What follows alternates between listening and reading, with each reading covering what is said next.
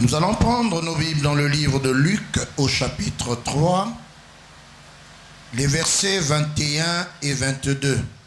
Luc chapitre 3, versets 21 et 22. Tout le peuple se faisant baptiser, Jésus fut aussi baptisé, et pendant qu'il priait, le ciel s'ouvrit. Et le Saint-Esprit descendit sur lui sous une forme corporelle, comme une colombe, et une voix fit entendre du ciel ces paroles: Tu es mon fils bien-aimé, en toi j'ai mis toute mon affection. Nous ne parlerons pas du baptême ce jour, ni de tout le reste du sujet dans ces versets, mais nous retenons une seule mention, c'est le ciel s'ouvrit. Et nous avons donc comme pour thème ce jour la prière qui ouvre le ciel. Le Seigneur nous dit que pendant que notre Seigneur Jésus est allé se faire baptiser auprès de Jean-Baptiste, lui, il est Dieu. Il a pris la forme humaine pour venir accomplir la volonté du Père, c'est-à-dire que sauver l'espèce humaine. Et donc, il devait accomplir tout ce qui est de l'humain dans le domaine spirituel. Il n'avait pas péché pour implorer le Seigneur pour ses péchés. Il n'avait pas un besoin de ce monde pour exprimer un besoin auprès du Seigneur. Mais il nous a montré le modèle. Et sur ce jour, nous allons parler comment le Seigneur s'applique dans la prière. Comment il se donne tout entier dans la prière. Comment il se concentre quand il prie, au point que le ciel s'ouvre. Et si nous empruntons un texte dans Matthieu chapitre 6, le Seigneur nous dit de quelle manière il faut prier. Il dit: quand tu pries, entre dans ta chambre. Il ne s'agit pas de la chambre à coucher. Il dit: ferme la porte derrière toi. Il ne s'agit pas de la porte de la chambre, mais le lieu secret où nous rencontrons le Père, c'est le cœur. Et la porte qu'il faut fermer, c'est se couper de l'extérieur. Qu'il n'y ait pas des pensées évasives, qu'on ne se mette pas à penser à quoi que ce soit pendant qu'on entre dans son cœur pour rencontrer Dieu dans ce lieu secret pendant qu'on est en prière. C'est-à-dire qu'au moment où tu pries, tu entres dans le lieu secret qui est ton cœur, tu rencontres Dieu dans ce lieu secret, tu es concentré, tu t'appliques sérieusement dans la prière et par la foi, tu t'élèves au trône céleste. Jésus était tellement sérieux dans la prière qu'il ne priait pas n'importe comment.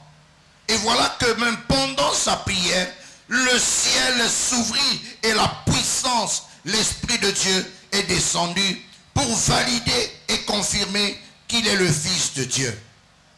Je m'en vais prendre un autre texte pour montrer comment est-ce que ce texte nous précise comment, avec quelle méthode, avec quel sérieux le Seigneur Jésus élevait la voix pour prier. Et c'est dans le texte de Hébreux chapitre 5, nous lisons les versets 7 à 9. Je dis bien Hébreux 5, 7 à 9. C'est lui qui, dans les jours de sa chair, ayant présenté avec grand cri et avec larmes des prières et des supplications à celui qui pouvait le sauver de la mort, et ayant été exaucé à cause de sa piété, a appris, bien qu'il fût fils, l'obéissance par ces choses qu'il a souffertes. Lui, il était fils de Dieu. Il n'avait pas besoin de prier. Il n'avait pas de péché dans sa vie pour lequel il pouvait implorer le pardon auprès de Dieu. Il n'avait pas besoin des choses de ce monde auxquelles il pouvait exprimer la prière auprès du Seigneur. Mais bien qu'il fût fils, humblement il s'est tenu en prière, s'adressant au Père, lui qui est Dieu, qui n'a pas un besoin, qui n'a pas de péché, mais il prend au sérieux sa prière, de telle sorte que de sa piété. Il a tellement souffert certaines choses. Et au moment où il prie sérieusement, sa prière est tellement sérieuse que l'Éternel, notre Dieu, est obligé d'exaucer. Et toi et moi, quand nous prions, comment nous tenons-nous dans la prière?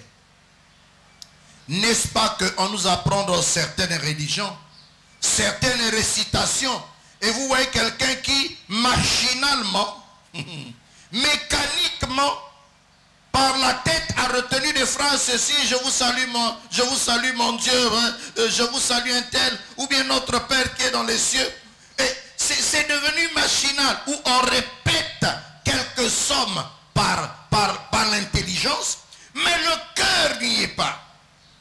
Vous voyez bien aimé, comment est-ce que le Seigneur était dans sa prière, comment il était très sérieux dans sa prière. Et on dit que c'est lui, pendant qu'il était dans sa chair, pendant qu'il vivait la vie des hommes, lui qui est Dieu, qui s'est incarné, qui s'est fait homme, mais sur la terre, il nous a montré comment. Et ayant présenté comment, avec des grands cris et avec larmes, des prières et des supplications. La supplication, ça veut dire supplier. Des cris, on dit bien des grands cris avec des larmes. Bien aimé, lorsque nous implorons Dieu, c'est nous qui avons des péchés. C'est nous qui supplions Dieu pour que Dieu nous pardonne nos péchés. Mais dans quelle attitude? C'est nous qui avons des besoins dans ce monde. C'est nous qui avons des difficultés. Lui, il n'en avait pas. Mais pendant que nous en avons, notre prière est légère. C'est une prière de façade. C'est une prière qui devient mécanique ou machinale. Et il n'y a rien de profond. Le cœur n'y est même pas. Dans notre adoration, nous ne sommes pas sérieux. Or, les écrits nous précisent que l'heure vient. Et il est déjà venu où le Père cherche des vrais adorateurs. Comment prions-nous quand nous nous tenons devant la présence de Dieu? Regardez Jésus, fils de l'homme. Jésus en tant qu'homme, dans quelle attitude il était en train de prier. Et lorsque nous revenons dans le premier texte, nous comprenons qu'il y a une manière de prier pour laquelle le cœur de Dieu est touché, le ciel est ouvert.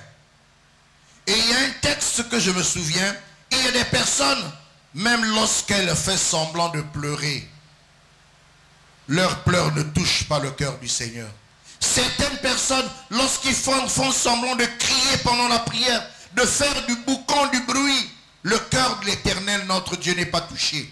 À l'image de ces deux sœurs, Marthe et Marie, dans Jean chapitre 11, regardez comment deux sœurs viennent devant le Seigneur. La première, c'est Marthe. Elle se tient devant la présence de Jésus et prononce une phrase. Seigneur, si tu eusses été ici, mon frère ne serait pas mort. Il s'agit de Lazare, son frère.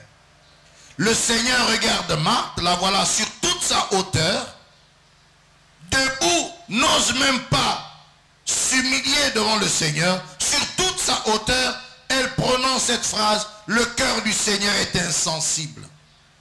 Le Seigneur continuait vers la ville. Et lorsque Marie qui était à la maison, on lui annonce que Jésus arrive. Déjà Marthe, ta soeur, l'a reçu en route. Maintenant il est proche de la maison. Au moment où Marie s'étire, aperçoit le Seigneur, elle se prosterne aux pieds du Seigneur.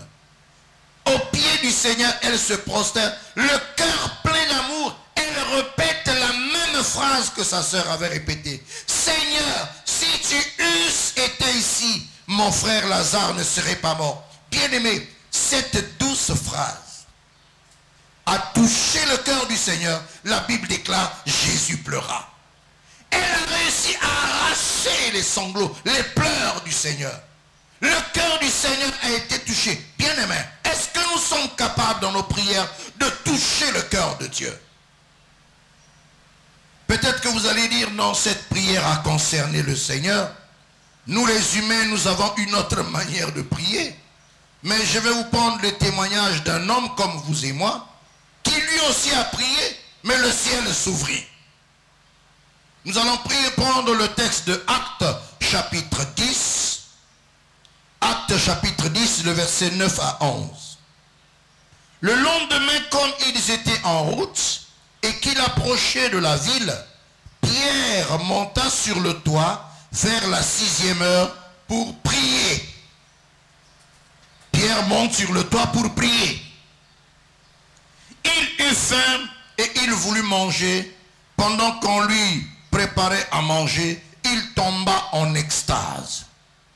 Il vit le ciel ouvert et un objet semblable à une grande nappe attachée par les 4 coins qui descendait et s'abaissait vers la terre.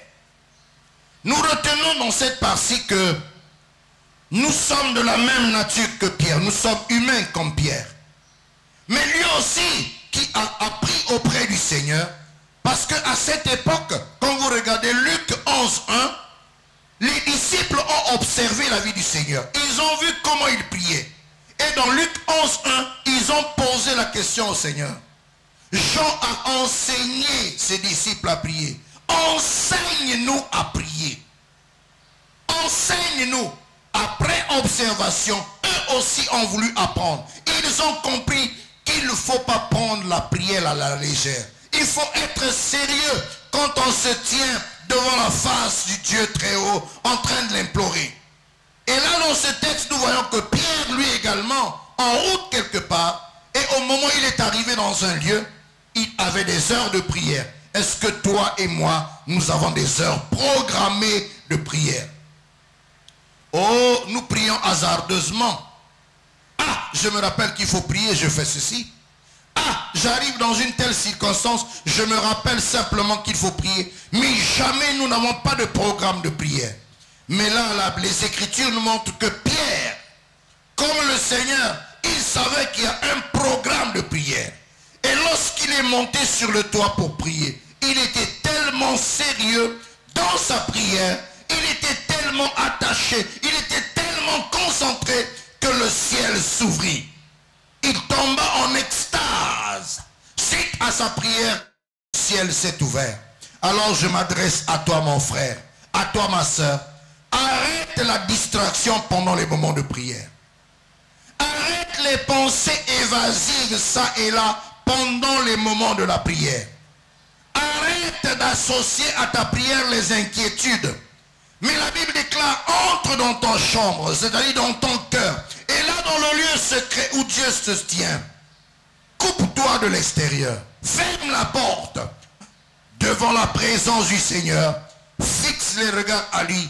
Alors le ciel va s'ouvrir. Ce que tu attends de l'Éternel, notre Dieu, le Seigneur te l'accordera. Au nom de Jésus. Amen.